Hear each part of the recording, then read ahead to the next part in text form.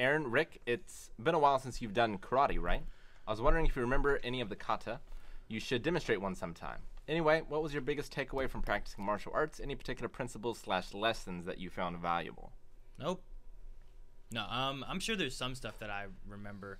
I think some of the later ones are the ones I remember the least because I didn't run them as much as the ones that here's your first, second, third kata, and you ran those your whole martial art career.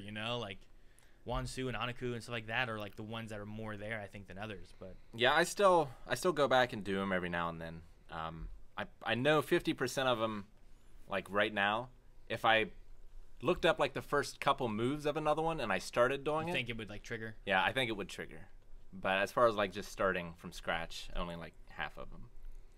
That was always the thing about like when we would do lightsaber choreography, and you have 120 moves in the fight, but you do them in sets. So you'd be like, all right, so we do here, here, here, here, here, here, and then we break. And then what's the next set? And your mind doesn't think about them at all. I have no idea what these moves are, but you do the first. No, it's here. Oh yeah, 1, 2, 3, 4, and then you suddenly remember 17 moves. Yeah, Yeah, you just gotta like break the dam. You just had to break the dam, like break the ice, and then it all just flows back in. I remember because it's that they call it muscle memory, right? Yeah, muscle memory. I remember having times too where like we would be doing that as well, but we would do one move, and then the next move we would do wrong. Yeah. But it was similar enough to another move that we had choreographed, and it led us into a different section of choreography. Suddenly we've and we just kept going into something else without stopping. I'm like, well, shit, that wasn't It's funny, like you're doing you're doing these moves fast, like at the same time, but you're like, oh, what we just did, which was like really decent choreography, we shouldn't have done. That was wrong. And it's not just a matter of one person forgot it and the other person didn't, and you smack them in the head. It's just that muscle memory of following what the partner's doing. As far as like takeaways, a lot of good stuff came out of me being in karate. Like physically, before I went in karate, I suffered from asthma, and then like after I was done, I didn't have it anymore, and that it might have been part of it. It might have been a coincidence or whatever. Sure. Like the exercise itself, but also the meditation and the mindfulness has also been very useful. Before I started karate, I wasn't diagnosed with my anxiety yet, but like those sort of exercises helped a lot for those kind of things and have continued to help. So that was very valuable as well. Yeah. I mean, the methods and stuff that we had, like even just like the beginning of class with like the stretches and the routine and stuff, like learning that keeping routine and all that kind of helps with a lot of aspects of your life. Yeah.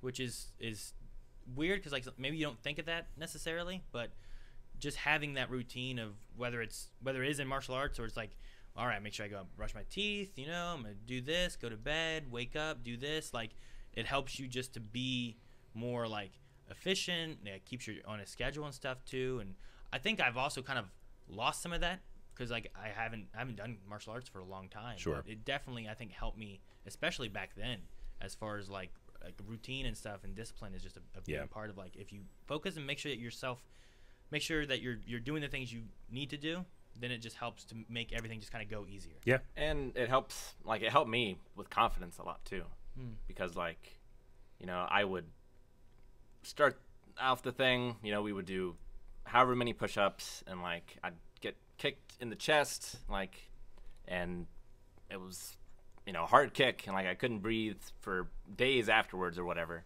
or like, I would just put myself through these things, and I can look back at it and be like, I did those things. Sure. So I can do these things, no problem. Sure. Yeah. Kind of thing. So. And we're getting kicked in the nose by my sensei because I hesitated. I was like, he's doing a spinning kick. I better watch out. No, I can get him. But because my first thought was to watch out and to make sure I dodged it, by the time I started to go in, I was at a point where he wouldn't have hit me at all, but it hit me like in the nose, and I just got a terrible bloody nose. Sure. I remember one of our students, like, I pulled the punch for where he was, but he moved in, so I just clocked him right in the nose, and he got a bloody nose. It's the only time I ever, I think, like really hurt someone. I think. Any other time, no one complained. Well, any other time, like Aaron and I would clash, but I would get the worst end of it.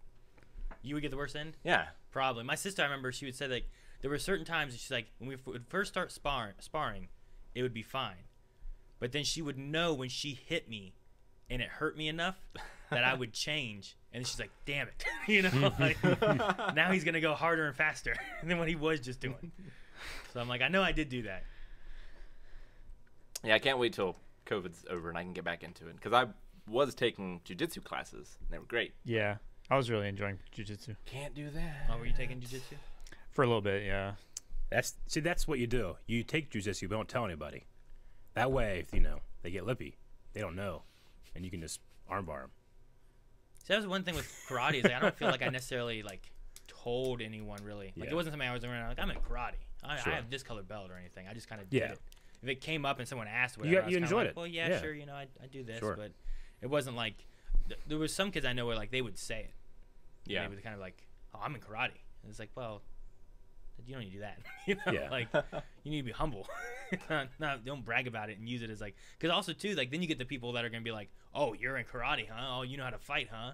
And then they want to pick a fight because. I mean, that's why like MMA fighters, they often will get just like, they don't go to bars a whole lot because you get stupid drunks like, this guy thinks he can fight, huh? I'll show you how I can fight, you know? And then they get a lawsuit. Yeah. Yeah. Well, I mean, you know, no matter how good you are, something can go wrong. Absolutely. One way or the other. Yeah. Absolutely. Yeah. Not fighting is not fun. It's funny, like you were talking about, like, I mean, repetition and that muscle memory and all that stuff. And I did this yesterday. I did it today. We were watching something, and someone said a number that will never come back and never be part of my discussion or a point. I just wrote it down.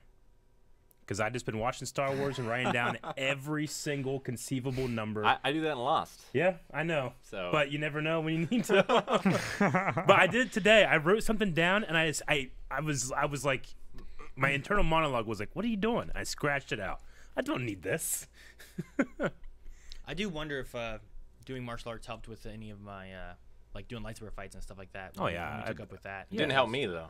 No, it didn't. I don't know. Although, like before and afterwards, like I was much more coordinated at the end of it than I was at the end, or at the beginning. Yeah. But like that coordination didn't transfer to other sports necessarily. Sure, I get you.